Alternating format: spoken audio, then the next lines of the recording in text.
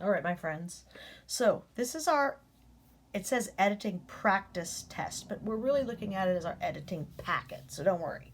It is practice. Okay, I know it says test practice, but a lot of the work in here is very close to things you might do on SBAC testing or on a test we may give you in the future.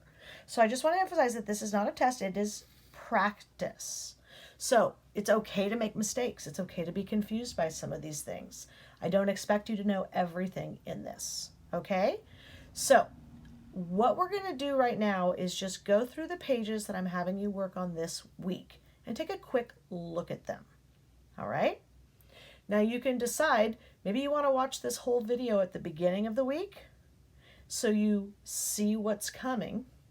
The other option is you can always watch part of it as we go over whatever section you're doing for that day. Pause the video and come back to it the next day in order to look at the next section you're doing. So whatever works for you is fine with me. You may even want to come back to it again later. So again, we are going to correct this together. So don't worry if there's some you really get stuck on. Take a best guess. See if you can figure it out. And if you're wrong, it's not a big deal because it is what, everybody? That's right. It's practice. All right, get my big head out of the way. All right, so we're going to flip. I know it's very confusing because it says start on page 15, but that is actually the page that we chose to use first. So I know it seems weird. It is the very first page. It's on the back of the cover. It looks like that. So what we're doing on this is that they've given us a paragraph right here. And they've broken this paragraph up. They're telling us exactly how many sentences are in there because down below they're going to ask us specifically about certain sentences so that we can go back and look at the original paragraph and ways that we can make it better. So, you know, we've talked about what editing is and how editing is a little different than proofreading. So we're kind of doing both in this packet. Proofreading would be looking for capitals, periods, spelling, you know, things, the convention type of mistakes. But we're also looking at editing, okay? And editing means you look back at your writing and you try to find a way to make it better. You might change sentences completely. You might move things around. So that's what we're going to kind of be practicing first. So don't stress if you're a little confused. It might be the first time you've done something like this. So we're going to kind of do one kind of as a sample so that you can see some ways that you might want to work on the rest. Okay? So it says, well, obviously what I prefer you do is read this first paragraph just so you have a general idea about what they're talking about. Okay? Then, which is the best way to combine sentences 1 and 2? So I know I need to go back up here and I need to find sentence 1 and sentence 2. I can see that the way they wrote it is, my aunt studies baby gray whales. She is a scientist. So they're saying, you know, let's put those ideas together. Let's make that into one sentence, a much stronger sentence. And then they've given us some options. So what we want to do is read through them, and we always want to use that strategy of elimination. I always like to say, throw some out the window. Get rid of some that you know that's not it for sure. Okay? So,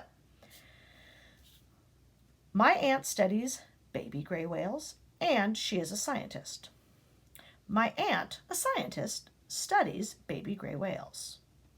My aunt studies baby gray whales because she is a scientist. My aunt became a scientist to study baby gray whales. So what we want to do is we want to go back to what's the author really saying here. So there's a couple in here where I would say like, what are you talking about? Like, no, if you read this whole thing, you would see that the aunt became a scientist to study. She didn't become a scientist to study gray. She was a scientist and that was what she decided to focus on. So if you read those sentences, they're definitely not, the author is not trying to say the aunt became a scientist to study whales. Saying she's a scientist and what she does as a scientist. So I might be like, I really don't think that's the best way to combine those. So now I've gotten rid of one. So I'm going to look at the rest of them. Okay? Now, do you think she studies baby gray whales because she is a scientist? Because when I look at that, see, this is what we're doing. I'm showing you what to do because you're going to see you might need to come up with some other ways.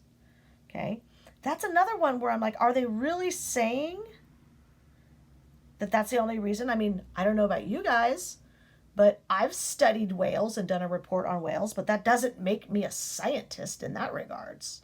So I'm just not so sure about this one. I'm like, I don't know, okay? So then I'm going to look at the next two, and I'm going to go, okay, these seem like they're more to the point of what they're saying here. One thing I would say is that neither of those are wrong. They both are really saying what's up there. So what we've got to think about is what is the best way. Well, when I look at this one here, they have combined it, and they've done it correctly. They've put a comma in the word and to make it a compound sentence. It's two separate sentences. So that is correct. There's nothing wrong with that. But is it really any different than it was up there? Well, it's a compound sentence now. So that's a little better, definitely. My aunt, a scientist, studies baby gray whales. Okay, so we know it's her aunt, and they're describing and giving us more detail about her aunt and including that by saying it with commas. Like if you wrote, my teacher, comma, Mrs. Stainer, comma, made me do all this hard work. Okay, so both of these are correct, and I want you to think about, what do you think's the best way? I'm going to be perfectly honest with you. Since they're both correct, I could see why students would be stuck on this. Okay, what I'm going to tell you is they kind of want us to shrink this together.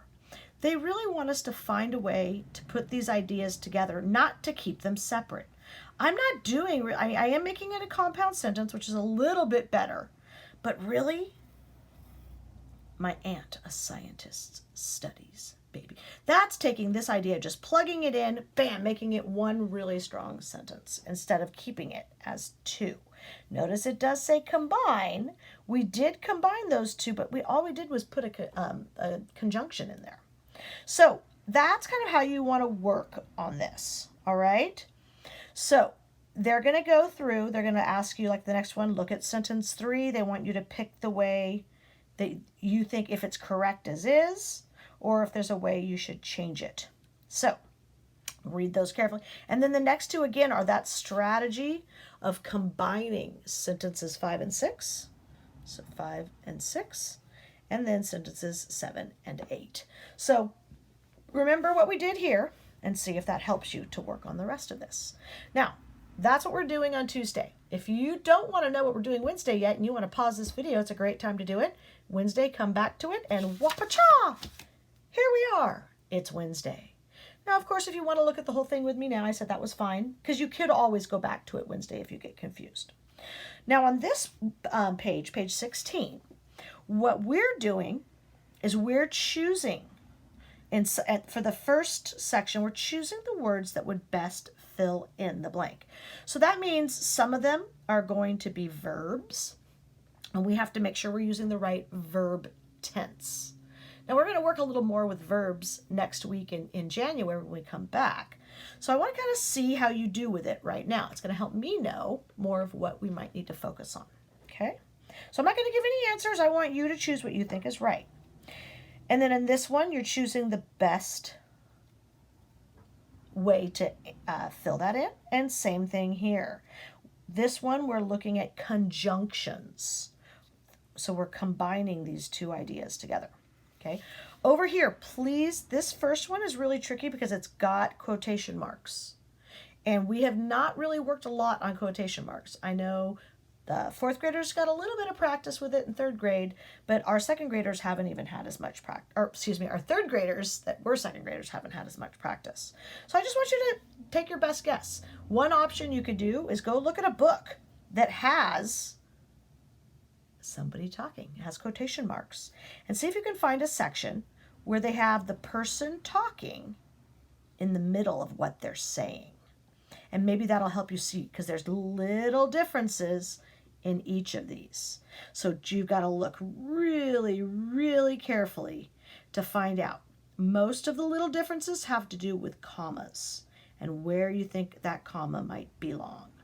So that's the trickiest part here. So I want you to check that carefully.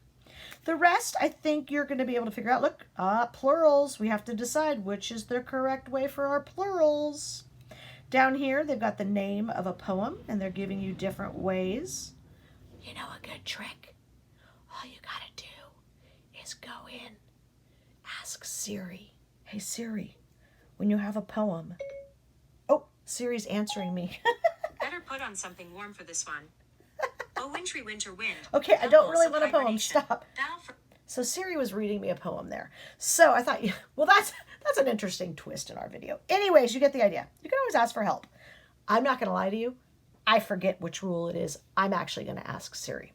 All right. And then down below, this a lot has to do with the capitalization for songs. So you might want to see like, what do you do for a poem and what do you do for a song? So again, if you've got a Siri nearby or an Alexa, you can always ask. All right. So again, that's Wednesday's work. Thursday, let me make sure I'm doing this right. Yep. Thursday's work is page 17, which is the third page. So in this one of the things they're asking you to do is to make which of these is a compound sentence. I'd like you to remember a compound sentence is two separate sentences. So when you're ready to work on this on Thursday, again, you might want to come back and watch this video because it reminds you about what the strategies are here. So compound sentence, two separate sentences put together with a conjunction. They always have a comma as well. Down below it says, which is the best way to combine sentences without changing the meaning? So we can't change what the author's trying to say. So that's similar to what we were doing on Tuesday when we read about the scientists studying the baby whales. All right. This one, what would be the best way to organize a school report? So now think about you're writing a report about air pollution. Which of these would be the best way to get that organized before you wrote? All right.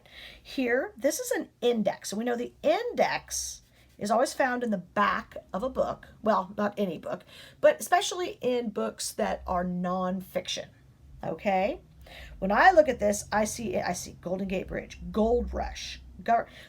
So I know a lot of this might actually have to do with California history. All right? It's about California.